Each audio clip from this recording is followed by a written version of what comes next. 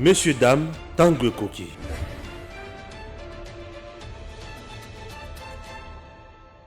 Nous sommes là à bord des Congo Airways. Chers compatriotes, Congo Airways, le léopard volant, fait toujours son travail. Et son travail, il y a même des Congolais de X coin na Y coin. C'est par exemple Patrice Emery Lumumba, Azaki na Bruxelles, la Belgique, Congo Airways, compagnie Mboka ya Bana Congo, et qui n'a quitté na Belgique et juillet, et Zongisie na Congo, Bisika à Salamusala. Cette entreprise n'est pas en faillite. Oui, cette entreprise doit vivre, doit fonctionner pour aider les Congolais. Sur le plan commercial, elle doit aussi remplir sa mission sociale pour que le pays soit à l'aise. Un pays doit avoir de l'eau qu'on aille. Congo Airways, sur le plan, il y a la frontière, sur le plan, il y a MIPP. À garantir souveraineté, il y a Congo. Alors, vous regardez vous-même, Congo Airways a plusieurs places. Vous sentez que c'est confortable, les gens sont à l'aise ici, peuvent voyager comme ils veulent et bien servis, calmement, avec un personnel de qualité. Donc Congo Airways n'est pas en faillite, tout va bien. Alors nous demandons à l'autorité de faire convenablement son travail. Vous nous suivez de partout, chers compatriotes, vous êtes en République démocratique du Congo. Tozokota na mozindo ya makambo eza ebele na kati ya émission ya lelo.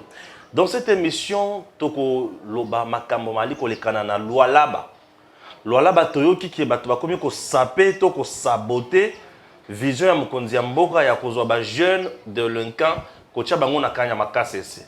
Toyoki bakomi ko loba paraît-il ki bakomi ko kanga bato na nko na bato bazo sala misala bisusu bazo kanga bango na nko et pas fefi masuka. Eza ya solo to eza lokuta. To kota na muzindo likambo wana. Likambo mibale.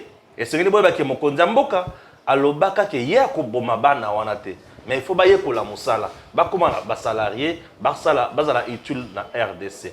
Ce qui se passe dans la loi là-bas to le belango awa ba veuve na mboka na biso militaire babanda kozwa 30 000 francs congolais, lelo facha komisi ba on a 250 000 ata balinga kamboka fachi descente moko zaki na hôpital oya ba militaire kuna na camp Tchad. Nalandaki leader na Mitterrand na moni makambo somo akopesa biso boyebi lisusu awa toko suka wana te. Mama princesse Adèle, mama Kipendano azalaki na matanga autaki ko bungisa papa. Chers compatriotes, oyo azali mama ya lipamboli Fachi aye kotika fololo bisika oyo maman asalisaka misala ya makasi. Vous vous souvenez? Le 6 juin, le 17 juillet. Oui, Fachi ayatiki fololo. Et ça kitoko makasi toki kukunda pe papa Fernand na nécropole kuna makambo sur le kani malamu. Makambo zebele to kolobela awa bo mona makambo ebele na kati ya émission oyo et surtout les kota na mozindo ya Monisco toki Franck Diongo alobi ke Monisco esengeli akendete azala kakao. Oh, qu'est-ce que se passe? Fachi azana posa a tricher na élection ya mwana azo jembela Monisco. Makambo wana ebeti motema. Leader, bonjour. Bonjour Papa Stéphane Balamwange. Merci. Et bonjour aussi na Bandeko Nyonso Bazolanda Biso de partout. Leader, tokutani lelo pour tolobela makambo mboka. On dit que tozo banda d'abord na makambo mosusu ya politique. Bon to ya ko chuter na makambo mosusu oyo ya matanga ya papa Ferdinand Bichilo. Ferdinand Maïna Bichilo. Voilà, ngana banda ko massacrer comme papa nazo benga ngo Bernard, non, c'est Ferdinand Maïna Bichilo. Voilà. Tokolobela makambo bele na ba révélation na kati wana. Leader na yoki sango ke na Lumumba na Lualaba bazokanga bato nyonso pamba po batina baona kanya makasi senanko ba vidéo ezola kisa bazotika bato mutakala biloko wana ya solo to ya lokuta. Bon, ndenge pe biso soto yoki, ndenge pe tozo mona. Moi je crois que madame la gouverneure maman de Fifi Masuka Saini azolanda biso. Oui. Est-ce que ce que ça babiloko wana eza vision oyo mokonza mboka apesaki te pona bandeko na biso oyo tobenga ba shege bakuluna tout ça. Voilà. Kobosa na pété ndeko Stéphane Balamwange na pouvoir à 18 ans opération moko eyaka Likofi. opération Likofi. Na bara bana. Luka Boma Et loko oyo régime à 18 ans de la biso yango.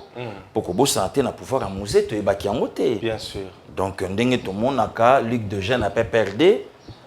Moto ba la biso loko ana type le lobo bakuluna babotama et comme penenge koma. Mais tant que béton du pouvoir, tant que citoyen congolais, kokanga c'est bien bon. Koboma yango te solution. Bien sûr. To luka solution moko o batwana bakoyipe ko servir mboka. Ouais.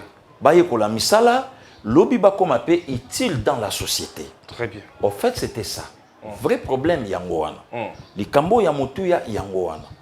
Alors moi je crois qu'elle est là ce qui est là quand on commence salama dans le là-bas. C'est que maman Fifi fa yo kasko biso pasteur Gili. Est-ce que maman Fifi oza au courant ya ma cambo biso tozoyoka na lo là-bas pona kokanga ba jeune, ko menacer bango kotika bango bolumbu, kotinda bango na kanyamaka cc. Ce que ça y a population comme ko yina fati kuna. Donc maman Fifi a taper en contact na biso. Bien sûr. To ki taper na lo là-bas, to yeba yango. Ou soit yemo pas na baché yango, mais à se camoufler que tant que mota soutenir visa chef de l'état na lo là-bas. Alors ce que ça y a ngoté, maman Fifi a taper en contact na biso. To yebi que c'est une dame. Oyo ndenge to moni abanda qui a travaillé vraiment na vision ya mokonza mboka. Mais est-ce que cause aka politique athlétisme, ya ba politique à Congo? Tu es cause à peine nini. Tu es dans tout na kamo. Tu es réseau que tu as bien. Dans tout na kamo tout na papa Stéphane. Est-ce que ça politique y a traitisme ya Congo? Puisque les loto yebi ke ba politique amboka na biso en tout cas constance ya la nango du soutien. Bien sûr. Donc stabilité za la raté. Na tonga koloba X na poko lobby Y. Tant que on bétager à milâtre on ne sait jamais. On ne sait pas. Donc c'est un problème au lelo. Il faut maman Fifinde à expliquer biso. Très bien. À côté contact na biso.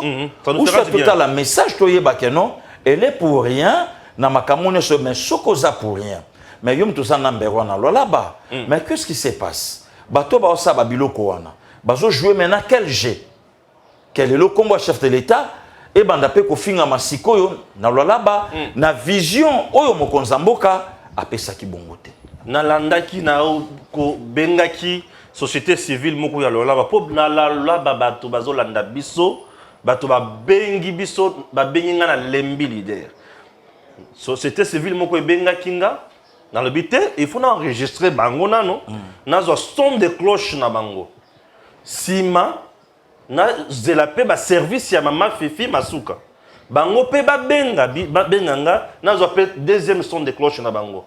Pourquoi? Puisque les solos oyo ya ba jeune kuna bazolo banini que na ba jeune na la ba isa bisika minéré ça ba jeune ebele ba kena ko sala minéré ba komi okanga na ba jeune wana ba tina wana kanya makase c'est mais yazo sala déjà mosala bazo kanga pour quel motif bazo kanga ba délinquant to bazo kanga ba jeune nyonso société avec Menda on peut suivre Menda et puis tozong après. Bon, monsieur Stéphane, bonjour. Na Balandino soya BMT. Voilà, merci Menda. Situation, il y a zéro délinquance. Dites-nous, au Lualaba, comment ça se passe là-bas?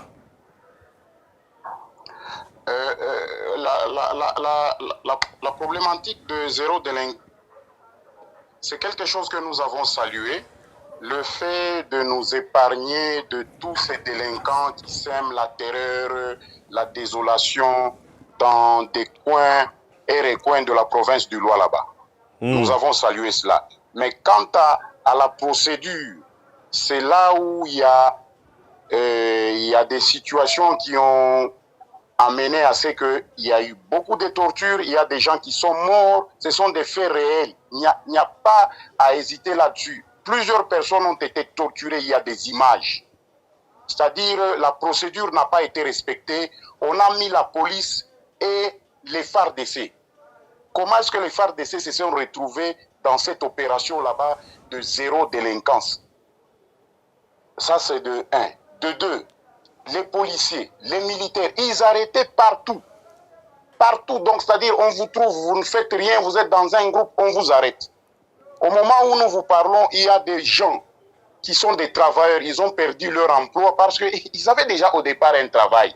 Mais du fait qu'ils étaient en repos et qu'ils se sont retrouvés sur la route, on les a ramassés. On ramassait les gens. Raison pour laquelle toute la population s'est soulevée.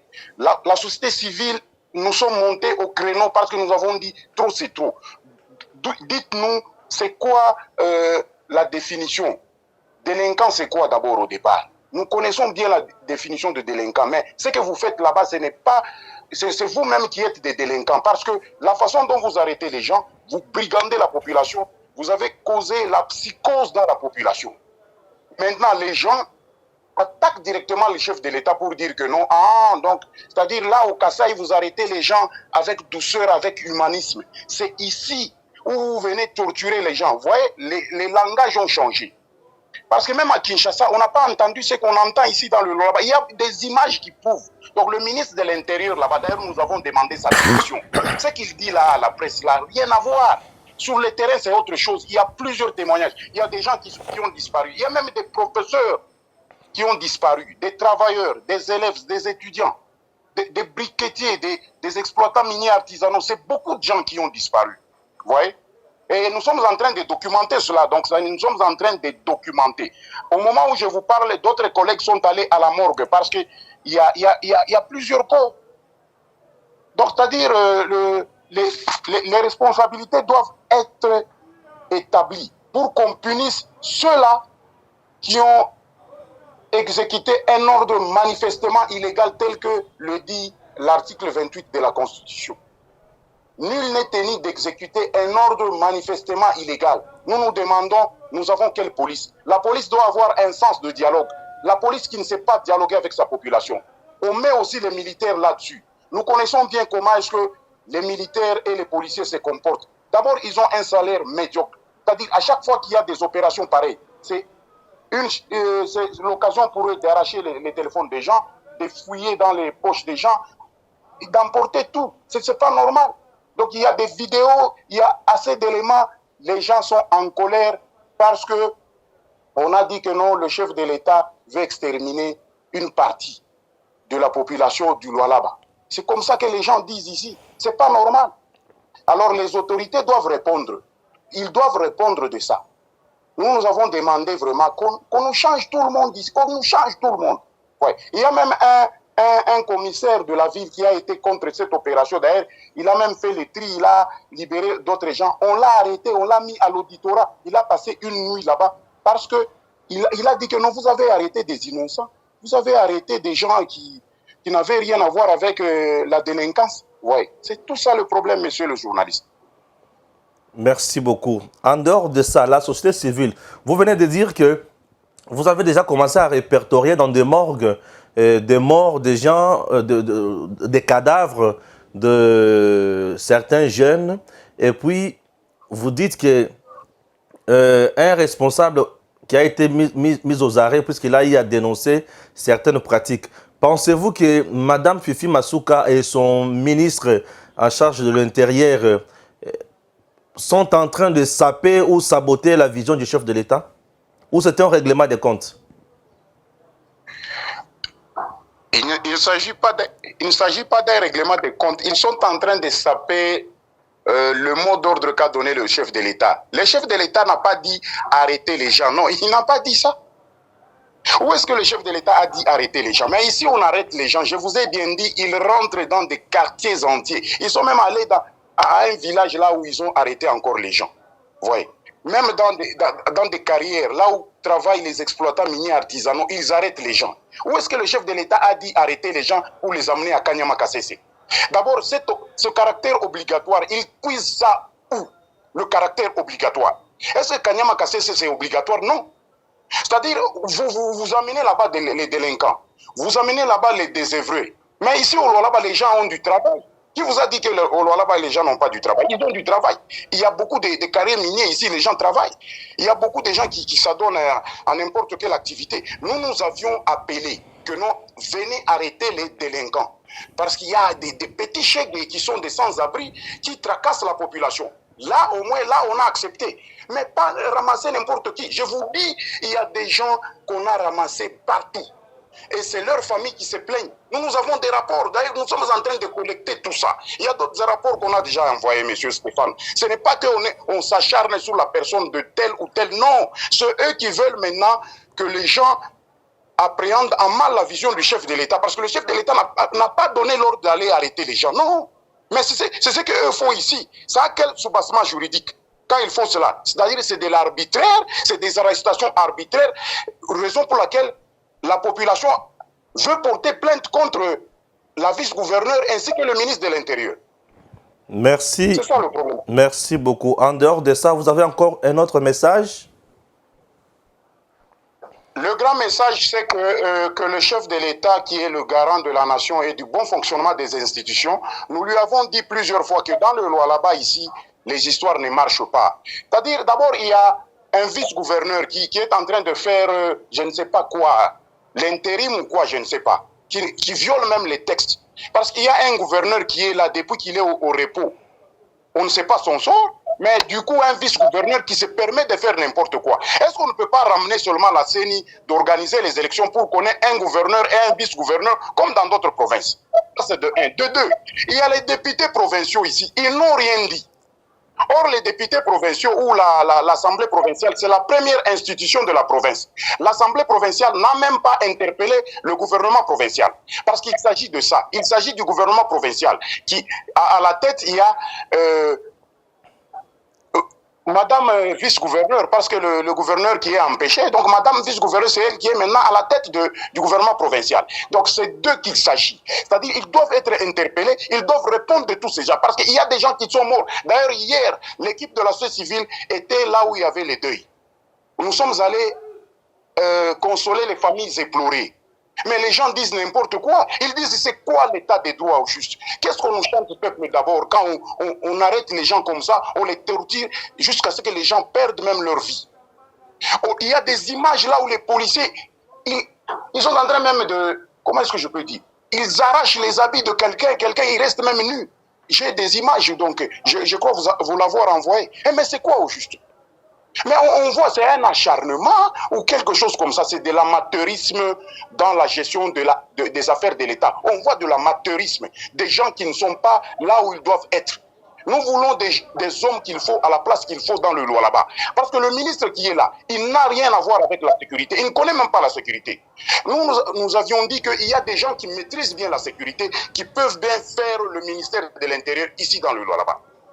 Celle qui est là comme vice-gouverneur, à part leur quota de union sacrée, nous on s'en fout de ça, cette union sacrée, parce qu'elle est en train de ternir même l'image de cette union sacrée, même de la vision du chef de l'État.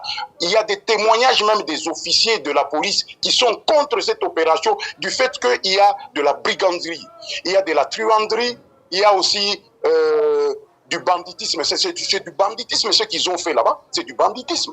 Qui leur a donné le mot d'ordre d'arrêter les gens? On n'arrête pas les gens. C'est-à-dire vous identifiez, ou bien vous ciblez les délinquants, vous les approchez. Donc, et la police a toutes les tactiques pour comment mettre la main sur ces délinquants et puis voir est-ce que leurs familles viendront réclamer le leur. S'ils ne réclament pas le leur, directement, ils sont envoyés à Kanyama Kasese. Mais on a arrêté quiconque, on a arrêté beaucoup de gens comme ça. Et ce sont des familles qui sont en pleurs, c'est des gens qui nous appellent pour dire que non, j'ai pas vu mon frère depuis ce jour-là, il est perdu. L'autre qui appelle un professeur qui est perdu, l'autre c'est un agent, l'autre c'est un... Non, c'est tout le monde. Non, c'est pas normal. C'est pas normal. Monsieur Menda. Monsieur Menda, merci beaucoup. eloko tikenga na makambo ya Lualaba o Menda lobi. Ali population ya Lualaba et komi kolobake Fachi azana souci ya ko exterminer biso. Basilisa biso baboma biso na tuni bango. Fachi azana souci ya ko exterminer bino a travaillé na princesse Adel Kainda qui est du grand Lualaba. Non seulement Koutupo Assisa biso, est-ce qu'il y a une vision chef de l'État? Même ko kanga moto ezate. Bola bango nyonso balandaka biso soto landaka na propagande na ye. Quel est le son comme chef de l'État na ko kanga moto te pour finginga? Bien sûr. Mais cela n'empêche pas que non justice à ça moussa na ye. Alors celui qui a pris ça lobby de moi-même na ko kanga moto te et à combien plus forte raison mon konzamonga kenda sisa bango ka kuna na lola babongo na kini. Or tandis que yebi ke be lecteur na ye ya makasi baza pe kuna pe na lola ba. Pokuna Lualaba tozana parti ya munene Aldec eza kuna eza na base ya makasi Alliance des démocrates chrétiens.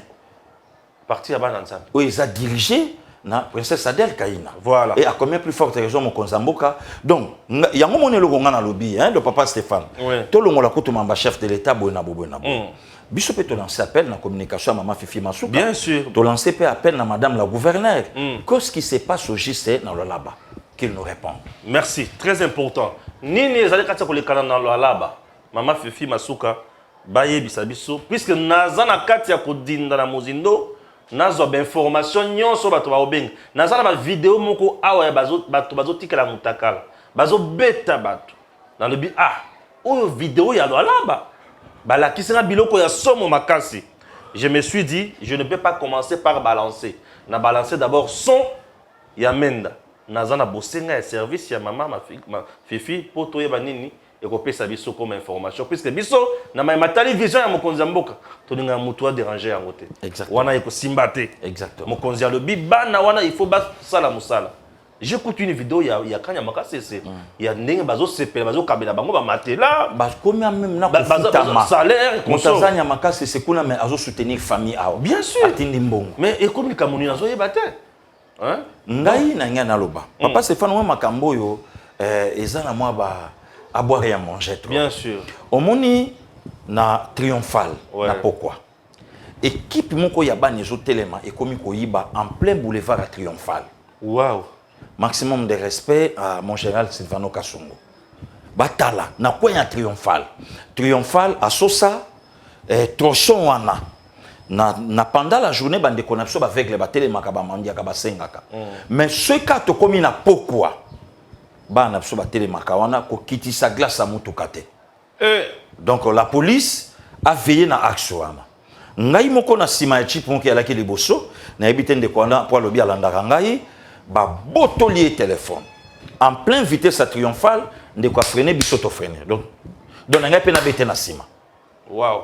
A freiner a fongoli portière pour a sauter à landabana na tinanga munga mona moni. Donc quelque part la police atala. Na mopanzi ya papa na biso jila lingete na IGF. Troson wana bande kona biso ba shege bazawana.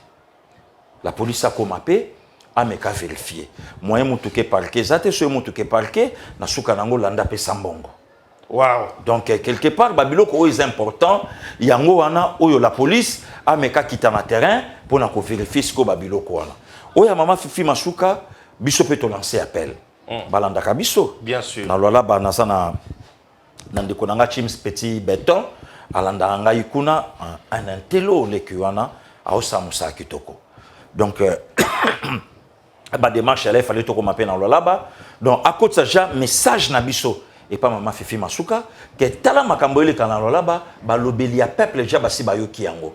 Est-ce que Zayo, ce que Zayote, Toyo Kasango. Ce qui peut Zayo, boite. Maintenant, n'est maman Fifi Masuka a joué double G auprès du chef de l'État. Tout à l'heure, ceux qui ont joué double G auprès du chef de l'État. Affaire élection en 2023, Franck Diongo, le bébé nous besoin de poser Monisco à Kende pour vous tricher. Monisco Zalawana, beaucoup mieux que dans Monisco Makambo. Donc, Makambo, Babomi, Batukuna et consort. Diongo, Moni Makambo. Papa Stéphane Balamwange, Ouais. Moni Lelo, hein? Dieu merci.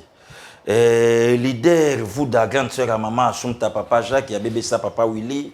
Mon abata papa Gérard Vouda loba nanga lobi influenceur ngabe oui maman abi eza bien ba réaction monsieur zo sala madon nzambe a komi ko salisa ba politique à Congo ba erreur aloba nanga bongo ya Nzambe omo ça va ngombe. donc nzamba komo salisa ba politicien congolais erreur est-ce que ndeko Stéphane Balamwange est-ce que problème ya chef de l'État Yem tabengani Monisco ou bien revendication ya population congolaise na oyo Monisco asali. Est-ce que likamba fraude na kateza?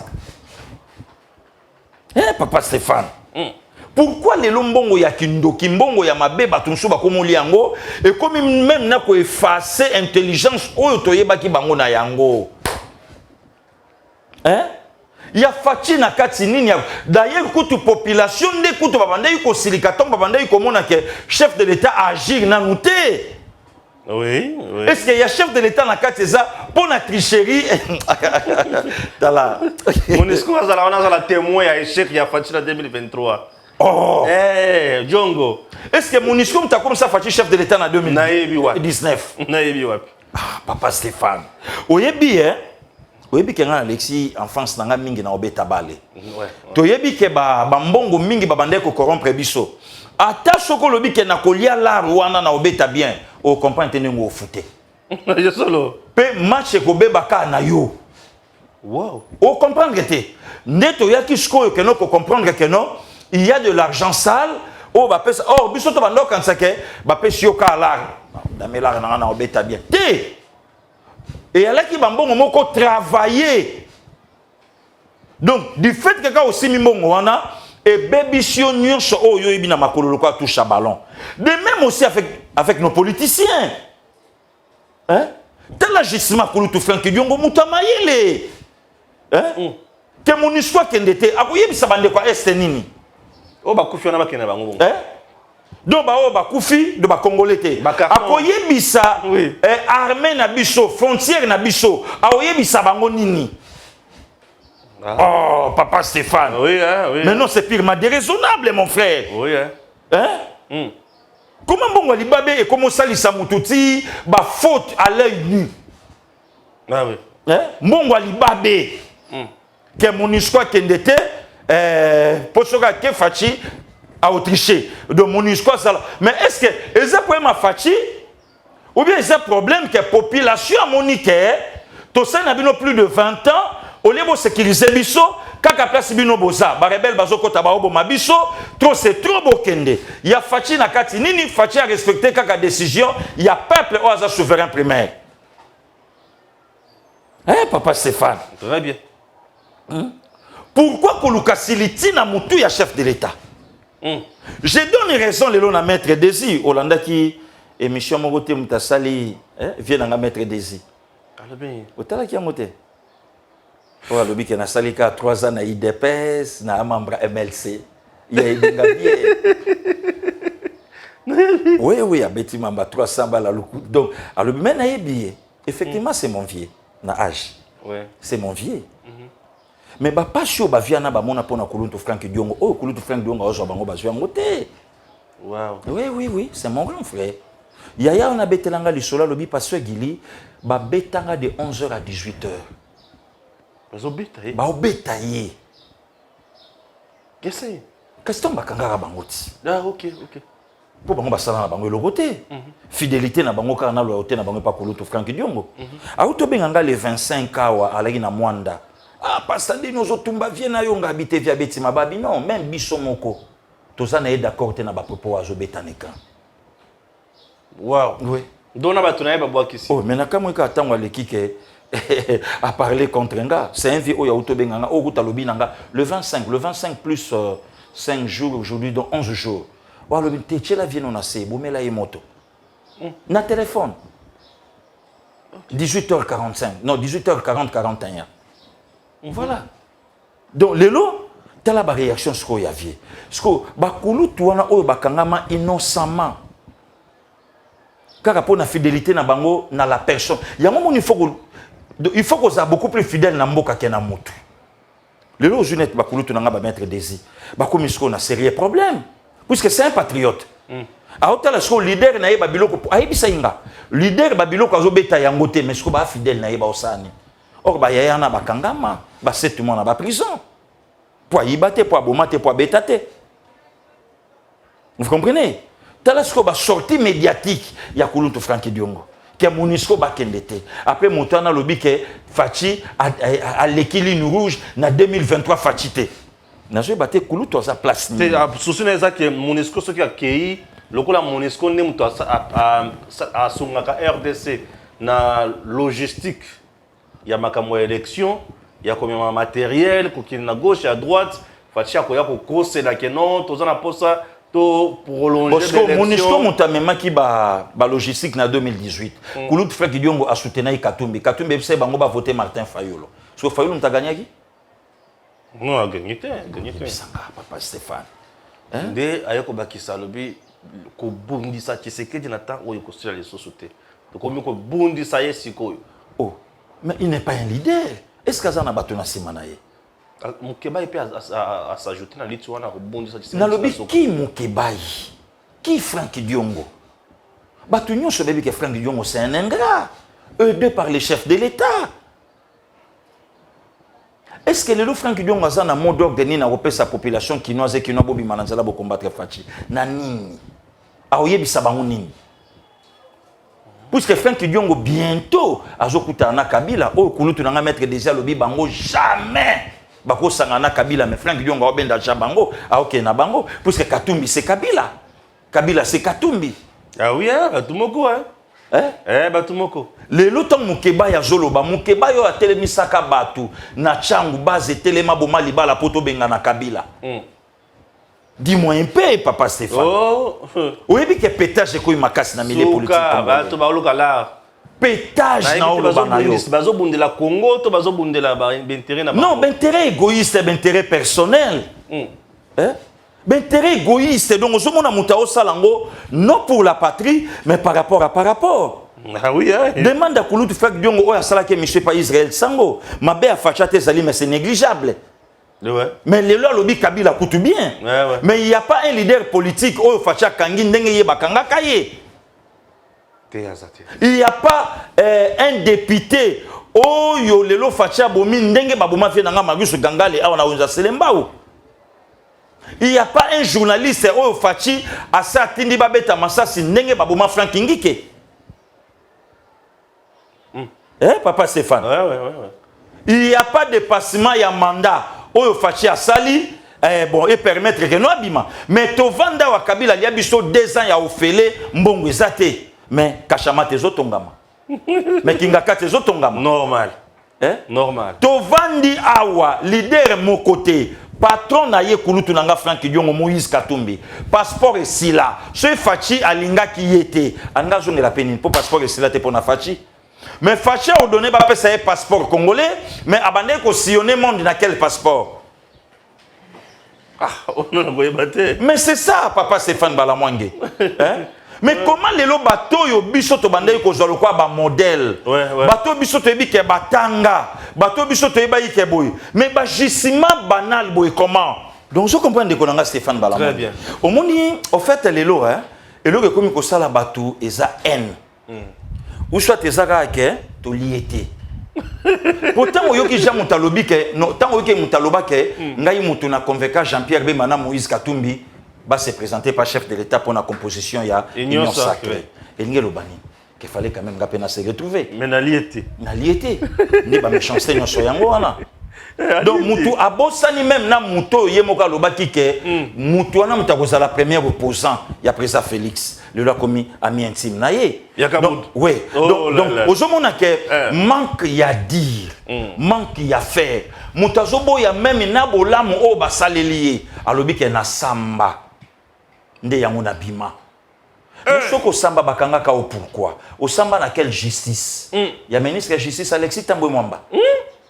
Voilà papa Stéphane Balamwange. Samba. Donc lelo eloko kanga na o sepela batuana nyonso eza lokola tour de Babel ba kweya. Te basi ba kweya déjà. Tu te racontes même dans likambo ya Monisco. Oyo peuple muta poussé chef de l'État. Mais yo lobi et comme ya Félix. Batu ba kofi. Donc plus de 36 personnes, plus de 100 et quelques blessés. Comme ONU, à zone di lelo ya solo penza que solo Rwanda derrière M23. Mais lelo comme on a député provincial, il y a une autorité budgétaire pour nous biso comment ville à Kinshasa ko tambola a télémia lobby beaucoup nous Rwanda lokola bouc émissaire. Ne sika bundisa ngobila ya comme bundisa Tshisekedi. Oh papa, qu'est-ce que c'est pas? Manque à faire. Un joueur polyvalent. On a obeta 7, les autres personnes obeta 7 à des coachs. Na rappelé makasi na mbamu na ba centre côté droit. Bon, 3 matchs V. Na beta rappelé côté gauche, donc na beta nanga 3. Nde bandeko wana. Oza meilleur na poste nini. Oza meilleur na poste ni baroye bayo wapi. Tango parler du kamba bouc émissaire. On ngwe bisa batuni na lingala. Pourquoi bozoko c'est la Rwanda makambo? Batu ya Rwanda bazana Congo pour na bonisa. Bon, sikoyo tango conseil ya sécurité atangi Rwanda pa lobi ke présence ya armée rwandaise na Congo tomoni yango. Parce que mabeni ni tango oyo oyo Congo abandaki ko ba militaire Rwanda kangi bango la banga bozo wanga natala Rwanda to banda olobani. Voilà papa Stéphane Balamwange. Donc association yaba aîné, yaba sorcier, yabato ya mauvais cœur contre le Congo. Énergie on so ba bimiseli Fachi même pas fait un mandat. Même pas fait un mandat. Même pas fait. Au moment qu'il y a des moutons salami, au moment qu'il y a des gratuité enseignement, c'est bon. Avec le meneur en toge. Oui. Au moment qu'il y a un bloc pétrolier, c'est bon. Yango tobandi koyo kango makambu. Oya Congo ba bien Congo, ba porte zobeta mabou avec le génie blanc, les maîtres Didier Boudimbo. Au moment que depuis na yokango parler kinanga de papa, depuis Congo ezala Congo, réserve ya misolo et ça la mandenge salami. Na moins de 3 ans, budget de 4 à 11 milliards. Réserve dans 5 milliards quelques. 5 milliards et quelques. Au moment que Congo est à la Congo, Mbala Liboso, hôpital ultra moderne, avec des matériaux, dont au sentiment que non, Libanga, un frère à moi, mon ami Popol Mola. Oh, mais papa Stéphane Balamwange. Na lobby na yo, attends na lobby. Un officier supérieur, le colonel Saloumou, avec tout le respect, capitaine France Azala Kinabiso, major Adelar Anga Ala Kinabiso, Balobi Awa Toalaka na un dispensaire. Na touni colonel, différence ni ezan hôpital ou ezalaka na hôpital le lobby, kobeta même pas li solo. Et aloko ozotu na mwana muke na papa na ye o azamu colonel. Yo ka réponse colonel a très sage. Donc et aloko ozotu na mwana na papa. Nani mkolo? O azamu colonel. Oh. Papa Stéphane na mboka o tozwa moindre problème utabimi libanda pona ba soins médicaux. Ah oui, bien sûr. Mais hôpital et salami non seulement facha ozwa ba soins président nyonso akoya. Donc bakangi pavillon mobimba likolo. Pavillon présidentiel. Pavillon présidentiel. Ah, chef de l'État, sa femme, sa famille. Waouh. Batouba na poto, batali ba pareil, docteur Dieudonné Kambango Mukuba, atali alobi, pasteur Gili, yebaka anon médecin. Alobi, oyo poto. Souka. Namoni Irem. Mon frère Popol Mola, a otao souffrir na ba maladie yango, ya barin. Alobi ba pareil yo na biki nango na poto yango na moni yango kuna. Waouh. Mabe? Papa Stéphane oyambinga na plateau, mobeko ekwei ba veuve na ba veuve militaire. Babanda ko futa ba 30 000 francs. Fatia commission on a 250 000 francs. On n'aime pas les pays comme ça. On n'aime pas le pays de kolanga fiso sa ya loba. On n'aime pas les pays comme ça. Mabe? Non. Ba chantier na étendi mobimba ya république ba chantier. Papa Stéphane quand Luka bande zala quand Luka. Mutuka na ekotate. Quand Luka bande zala quand Luka car na ne kotate. Comprenez? Quand Luka bande zala quand Luka mokonzamboka moka kota kunate. Waouh. Tout ce solo là. Bien sûr. Mais le lot bazo séparé quand Luka non moins donc ba pont ya minene misatu oyo e ko relier na ba commune mususu entre autres Kitambo, Bandalungwa, Nangaliema. Le peuple d'abord de Yangoanat. N'est-ce pas ça 3 ans? N'est-ce pas ça 3 ans, papa Stéphane? Oui. N'est-ce pas ça 3 ans? Régime à 18 ans, bazui avion, basaliango restaurant. Mais président, azan avion ya yé mon côté, azo voyager dans avion ya Mboka, Misolo na biso, Congo Airways. Ah oui. Mabe? Mabe za wapi. Donc papa Stéphane Lelo Zomona manque à dire, manque à faire.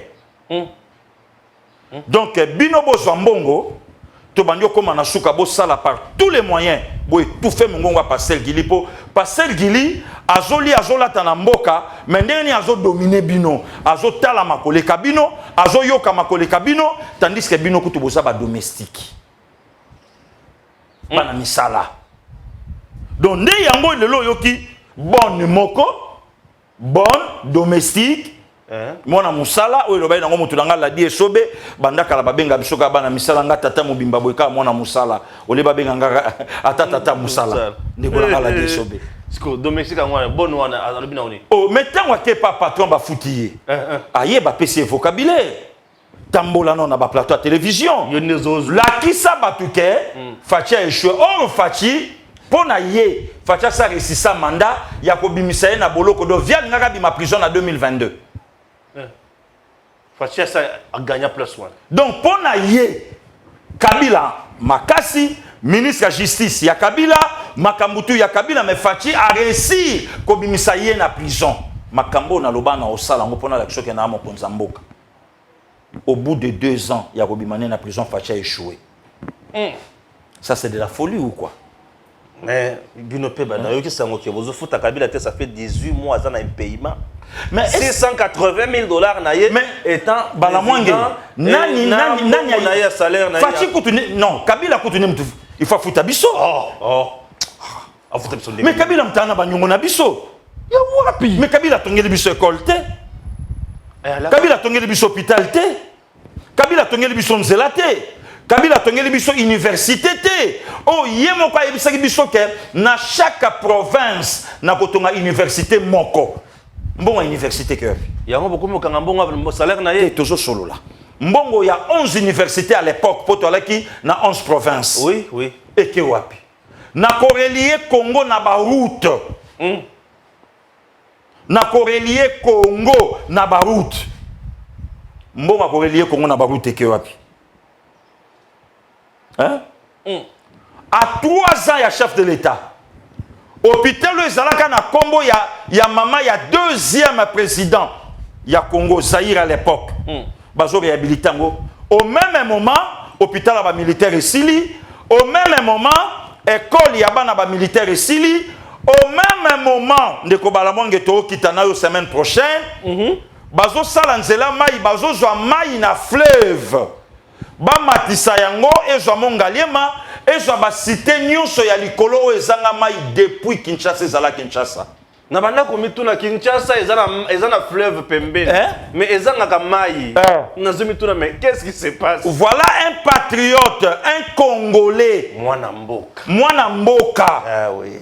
Oyo aye atuni batu po maye mata papa Stéphane to zwanzela wana bandeko yo basana musalo ba pesi biso ba passer Roger ya mama Karine ngana ebisa mama Karine mère sepela ko tumuta finga ngai place oyo yoki ke muta kumisanga place oyo zali.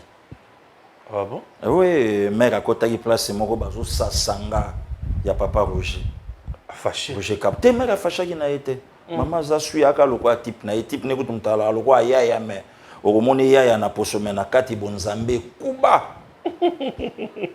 Pasteur Roger Kabongo. Ouais, ouais. Vous comprenez? Donc et permettre les bonjour pasteur Roger. Bango bazana na Saint-Louis.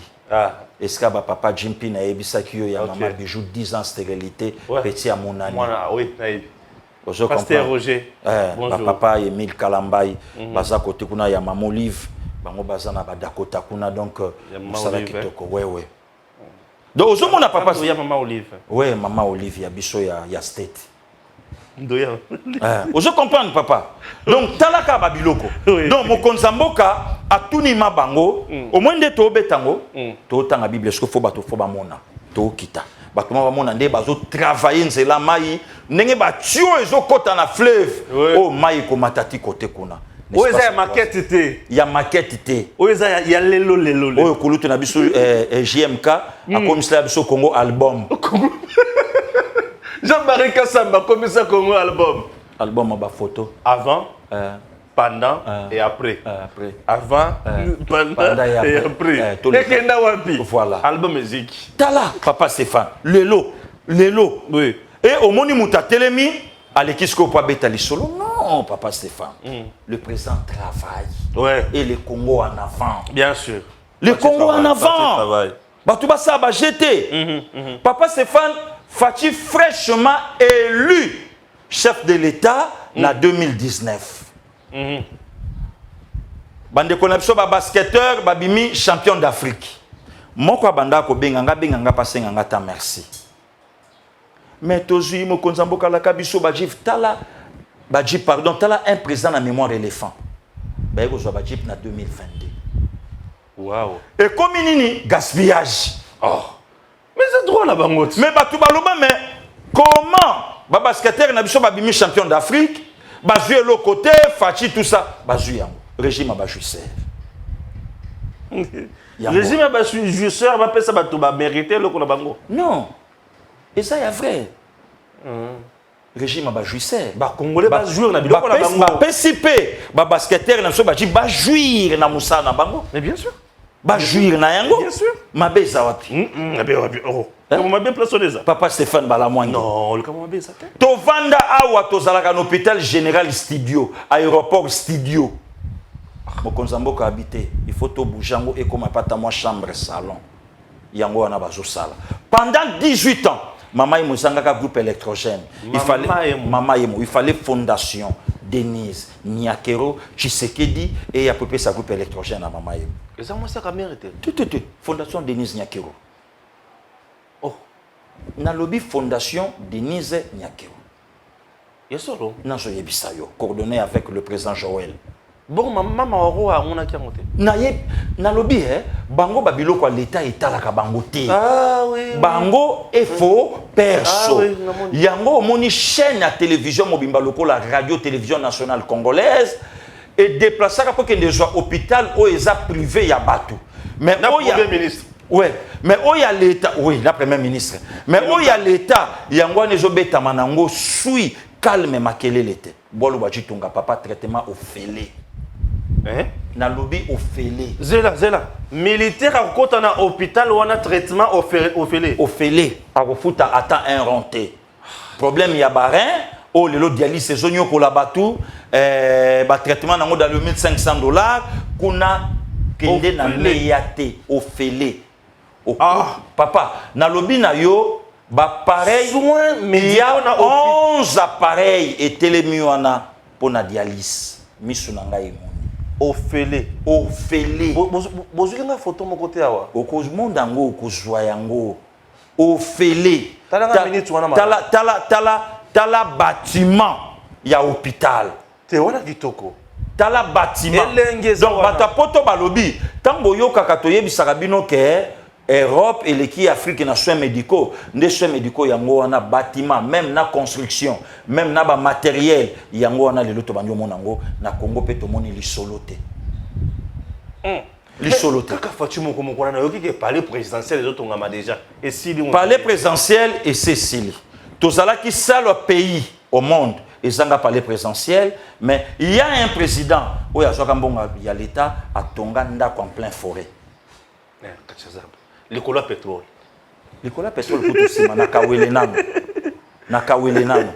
Toye ko zwa musu. Donc bango biloko nyonso ya l'état etala yi bango te. Oyo etala ki bango ezala ki efo perso. Siko mabe ya fachi efo perso na ye na mboka oya privé asane na ngote. Ndako na yakutu dans limité jusqu'à présent na mono nzeba tia en couleur makasi c'est kasote. Voilà. Ah fachi. Donc voilà papa Stéphane ndele lo somona association obi elo nga sepeli elo nga na o sepela lelo. Peuple a fongwa mimisu peuple a koli peuple a komi ko comprendre. Papa Stéphane lelo ezana batumsu ba osabe mission na seba o fingaye. Oui hein. Bon. Na seba o fingaye. Oui hein. Kulutu nanga maître des temps à salle émission a che kombo nanga na kati mais atala makambo balobi na kulutu nanga na sa commentaire atangango tozi leki moko boye ba pia musala a jusqu'au musala ya réceptionner ba vidéo nanga nyonso ala banisco kolobela mais atala ndenge batu ba donc moi été donc les population à comprendre même ba sortie médiatique à kulutu Frank Diongo atala même ata ba sortie médiatique ya Mike Mukebai atala commentaire muto yo finga ki vide lobi osangani na ye dis-moi qui te fréquente ah yo peut comme vide lelo effectivement ça vide ah oui hein effectivement ça vide oui pour ozo côtoyer vide ah, bien sûr papa Stéphane Balamwangi c'est bon voilà tozo sikoli kamoya kabundu oya komi na niveau de l'Assemblée nationale ba lever immunité na été Jean-Marc Asenge va lever immunité na été. Et là qu'on a tourna Jean-Marc Aboun. Au lobby aux la vérité. Va transmettre procès en direct. Si ko procureur général pour la cour de cassation a Yokio a sengi na assemblée nationale va lever immunité na yo pour asala musala na ye malam. Mais yo lobby qui va lever immunité mais au dimanche la vérité. Donc on peut traiter la contradiction. Qui s'excuse, s'acquise. Donc papa Stéphane Balamon, au moins lelo to bando ke na makamoko boye to koma na suka bato ba ovanda babia Fatima Chia ba congolais. Fatima Chia ba congolais. Ba lever to ka ba vérité. Bien sûr, tout ça pour sa vérité. Puisque Toyoka Kike, il faut y en a ba preuve. Oui, ba preuve il y a bon, il y a ba jet. L'incompétence à chef de l'État. L'incompétence. Montawe bimaki na numéro ya matricule la vie me maki yango na place ekomaki. Puisque yebiango faut l'axango. Mais ça c'est ma preuve. Hein?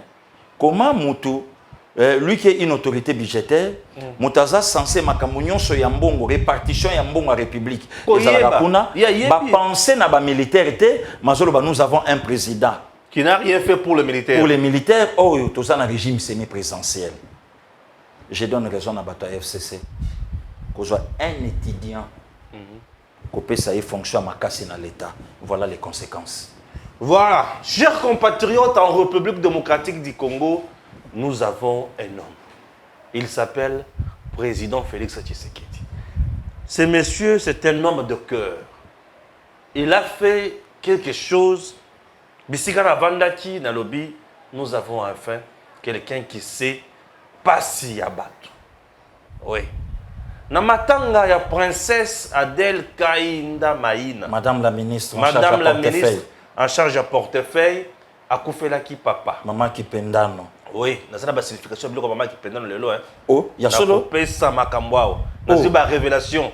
Ah bon? Ba tout ba ba mero za na guame, bazana tort. Oh, donc ane na motote. Ah kangama na ba couleur moko boy.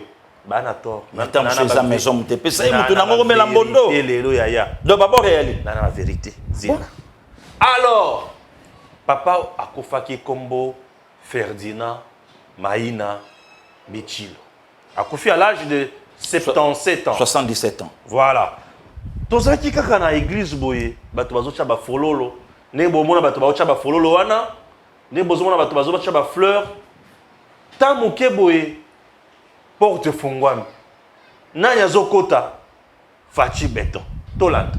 Toujours plus proche des siens, le chef de l'État Félix-Antoine Tshisekedi Tshilombo a personnellement fait le déplacement de ce lieu du culte pour honorer la mémoire de ce vaillant officier qui, durant toute sa vie, a servi la nation sous le drapeau.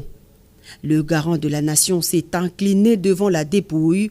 La princesse Adèle Kainda, fille de l'illustre disparu, ministre du portefeuille visiblement abattu, a reçu la consolation du père de la nation. Leader, quelle grâce na matanga. Papa a koli azaki colonel, asali musala silisi.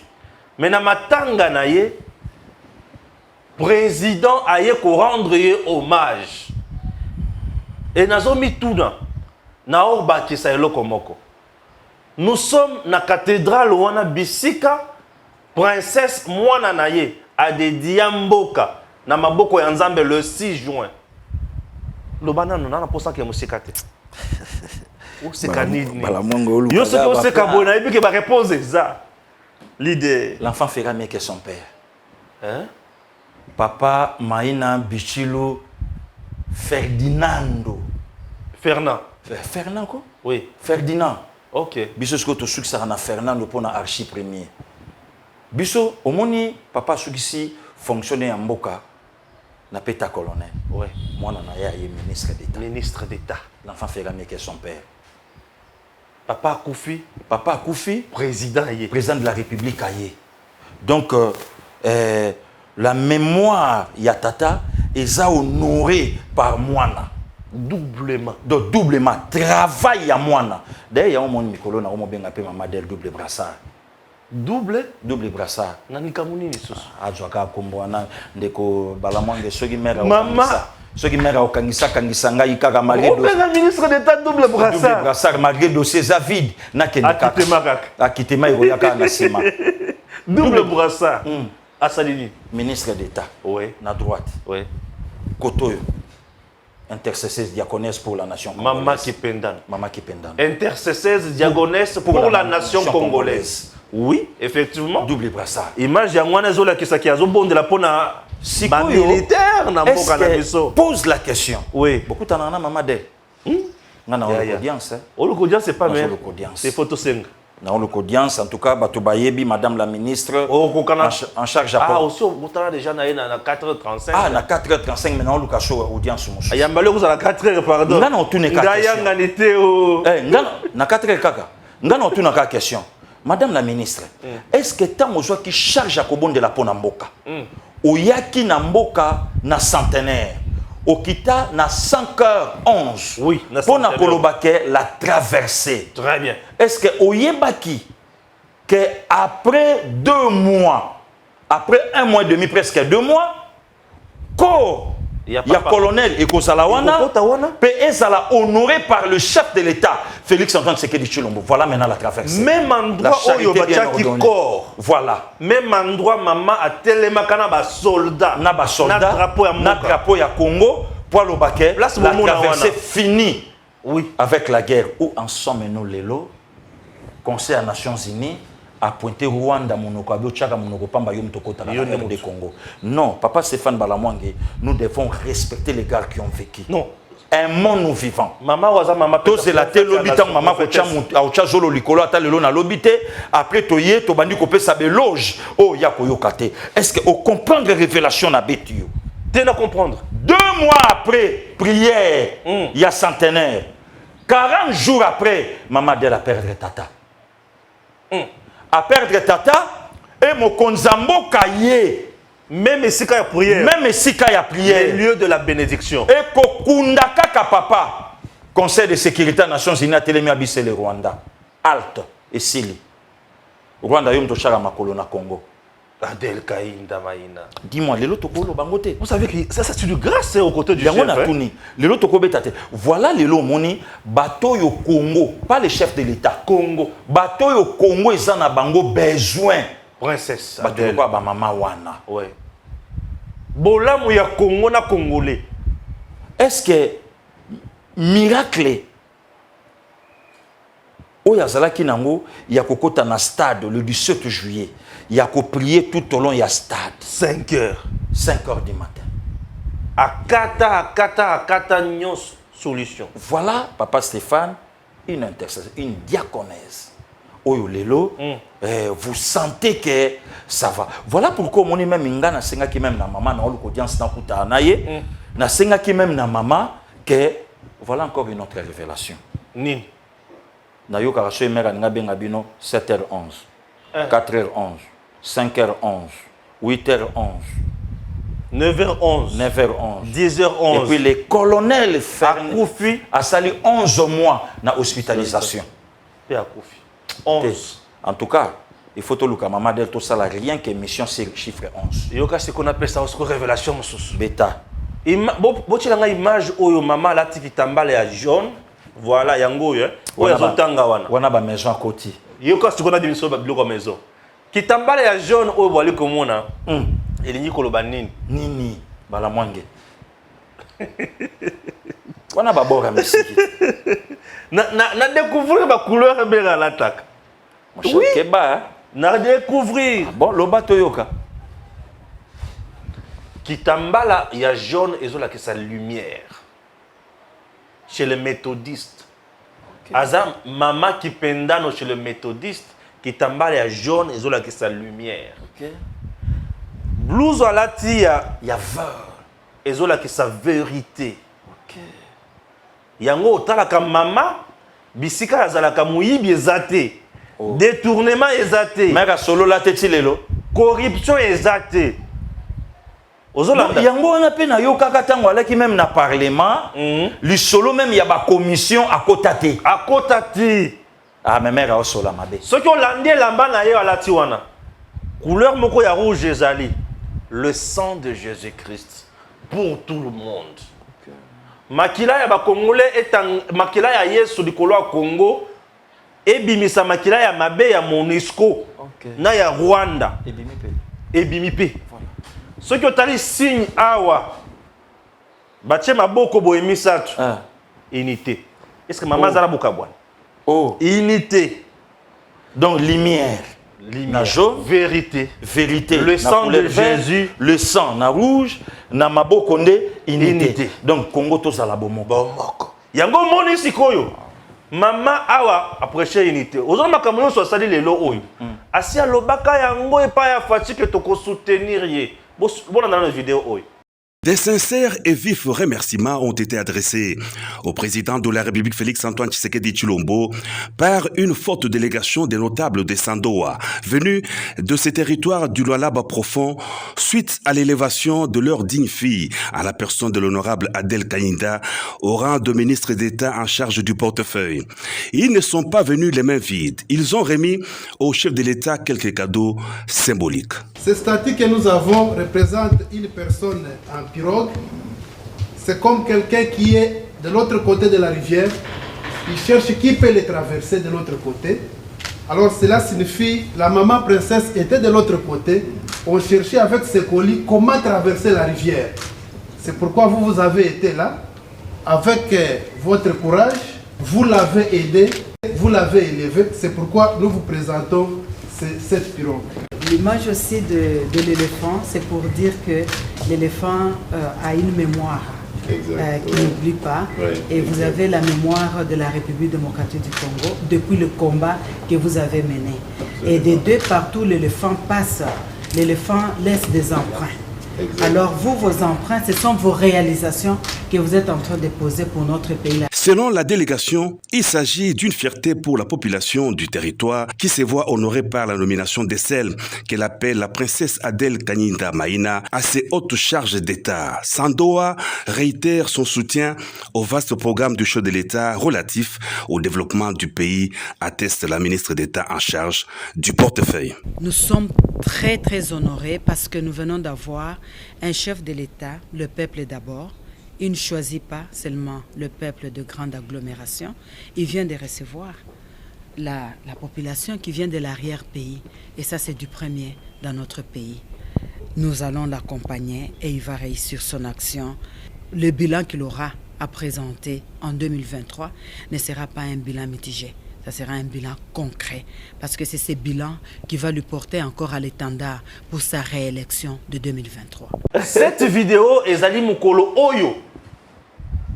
Fati ayambaka notabilité ya Sandoa. Na ba membre ya Aldec moko ya parti ozo kanga Kinshasa mikolo oyo oye kangi lisusu Lualaba. Na Congo na ba parti mususu. Ba yambaka bango moni bazaki na biloko mibale. Éléphant na boîte. OK. Fati mémoire ya éléphant. O tu kotanga ki ba basketteur. Ouais, 3 ans après. Fati a bossa na kate. Voilà. Mémoire ya éléphant boîte wana. Elingi kola kisake. Fati ya katisi bana Sandoa bamati. Le chokwe mbala liboso une dame à la ministre d'État. Fati muto katisi bango. Ya wana moni pe na vision musu c'est ça que Fati nde Josué. Fati nde muto kotibiso na terre promise. Boîte yango wana. Donc boîte yango wana. Voilà. Donc je donne raison à madame la princesse, je donne maintenant aussi raison à VP maman F Bazaïba. Oyo pa lobaka ke Fati za Josué. Dans la vision d'Engi Sangani, pour au moins que la dame la ministre en charge à portefeuille, elle est vraiment inspirée. Et ce qu'on a dit dans la hiérarchisation à Makam, nous avons Premier ministre, vice-premier ministre, F. Bazaïba, ministre d'État, Adel Kanyinda. Oh, il y a le but qu'Aza Josué, oh, il y a le but Josué à matérialiser. Même parole. Même parole. Même parole. Même parole. Et Simba. Maman F. Bazaïba, à Téléma, tant à l'obéi que Josué nous a côté Sabiso Nakana, ayeba kateke Fati comme chef de l'État et relique ya papa Lumumba Koya et comme Tina Kisangani na mabele na ye pour honorer. Que Dieu bénisse la FEPM. Maman F Bazaïba Massoudi, maître F, collaborateur la maman et Nzambe abattre. Au moni batuloko la ba maman d'elle baza batu la nation congolaise ezana bango reconnaissante. Non, En tout cas, Nathalie dans le bi. Nzambe te Congo e ko bosana te. Et ko butikala ko bosana te. Moto moko komelenga biye bisa madame a portefeuille. Abandi déjà kokoma histoire na ye na Congo. Bien sûr.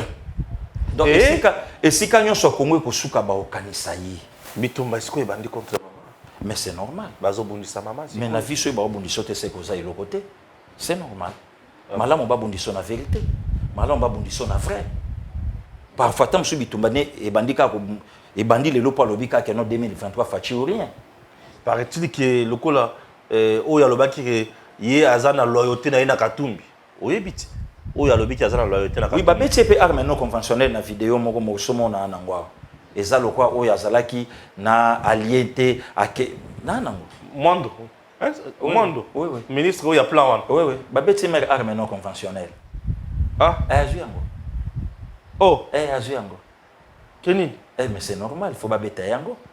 Faut pas bêter pour puisque yesko azana kata vision Congo. Ah, traité makila traitisme mais pas na yezate. Oui, bien sûr. Bien sûr. Elle est vraie ndenge le lobo monaye. Oui. Ah voilà, c'est ça le problème. Donc il y a le quoi encore lobaki, ba lobana o mabe mais ba kutona mabete. Et voilà. Papa Ferdinand Maïna Bichilo atikeli maman Adèle vertu moko ko sakanate. Quoi encore? Respect à heure. Ah bon? On est ça makambo utie pa ya papa. Donc et utie pa père. On a mon papa. Est-ce que vous que papa ba kondaki na cercueil vert? Ah, oh. Papa qui na vérité na ye. Atiki vérité pas qui na vérité. Ah, ça c'est. Et maman lobaki que papa n'est pas mort, il est juste en voyage. Mais oui, c'est la parole de Dieu. Ah, bien sûr. Donc, comme elle vit dans la parole, elle est dans la parole, voilà. Elle respire dans la parole, elle mange dans la parole. Donc, ma camion son. Mais ce qui est vrai, c'est une maman aux la grâce, na bénédiction. Papa, Koufi Bazo Koundaye, président Aza. Parfois, Premier ministre Azali. Président Sénat aussi. Ah. Parfois, quand attends, je peux pas jalouser mon soussou. Et ça, quand on va retrouver grâce, c'est pas mon compte. Ce qui est vrai, Fati a coopéré avec un bateau. Fati a coopéré avec un bateau. Fati a Fati vision. Il suffit au côté de la vision. Aux Zalana Fati. Maman, dès la côté de la Fati, la vision. Voilà. Raison à Zozala Bongo. Voilà. Soyez exaté. Je suis exaté. Vérité n'est en Wana. Ok. Merci. Tu comme une souka émission na biso. Ok. Tu le bi ya mutuya ya Wana. Ok. Oui, bike. Dangana beta au bord mobo ya danger. Nasakini Jesus. Dangana beta au bala mwange mutu nanga bord moko na beta yo. Oui, na opesa maman na devoir à domicile na monde.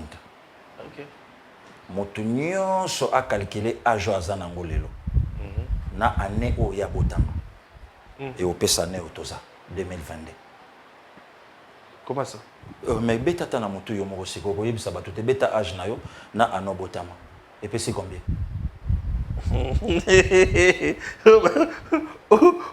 Oyo biloko yo na ebité. Mzena mutu beta na ndenge na ye. Yo beta mutu na mutu beta âge na ye na ano ya botama. Ah, calculatrice eza wapi liso? Eza wana bala mwange ya na luka misu. Luka misu ya kimokolo oyo. Luka. Donc ekotikalaka kozonga te na monde. Ah. Ah. Te. Yo bombelanga yo beta kaka âge oza nango lelo na année oyo botama. Obeti yango plus. Oui. Beta yango plus. Ah. Calculatrice eza wapi bopesa calculatrice? Eza wana bala mwange. Eza wana koluka media 14h. Eza wana. Beta. Téléphone na mona calculatrice te. OK, merci, merci. Beta. Beta sko ajo yo sana ngona 2022 obeti yango plus année oyo botama 1900 combien? Allez égal. Ah. De là non. Égal.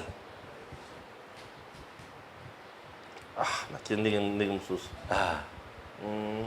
2022. Tout ça en 2022. Yo tika 2022. Yo beta kaka ajo yo sana ngona na ne oyo. Obeti yango plus année oyo botama. Égal combien? C'est là non. Ah, beta. Oui, na moni âge nanga bien. Oui, allez beta plus année botama. Âge nanga na moni yango. Oui, plus année botama. Plus année na botama. Oui, égal.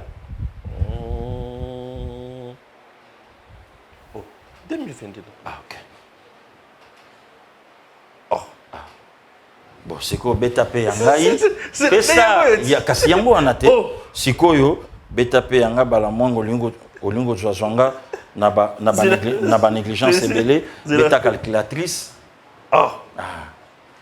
Oh, mais ozo ma biso wapi? mais na memi yo likolo te obeti pe ya ngai ngamona yebisa ko déjà 48 plus 19 74 2022. Donc oza année ya mutu nyonso. année ya motutu Yango na kati ya signe ya mama tozana unité. unité Biso nyonso na bosangani. voilà Ah donc mama motutu Adele. abeta année na ye oyo ya botama na beteli yango MC okitolobi na panza ye bakable kulutu na nga Jean-Louis Chimbalanga place afandi même docteur abi mais prof makambo suni donc motutu abeta année na ye oyo ya botama okokaki kosesa émission pamba te. bon nasali mabende ko nanga nasali Comme soutrage sous la.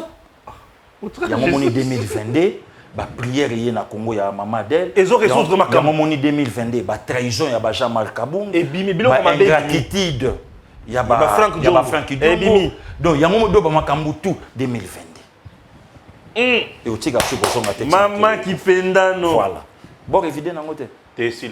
Merci Mama Kipendano. Nzambe apambola biso, Nzambe azala biso nyonso. Banaldec, je pense à vous tous. Merci, à très bientôt. merci. Messieurs, dames, Tango Koki.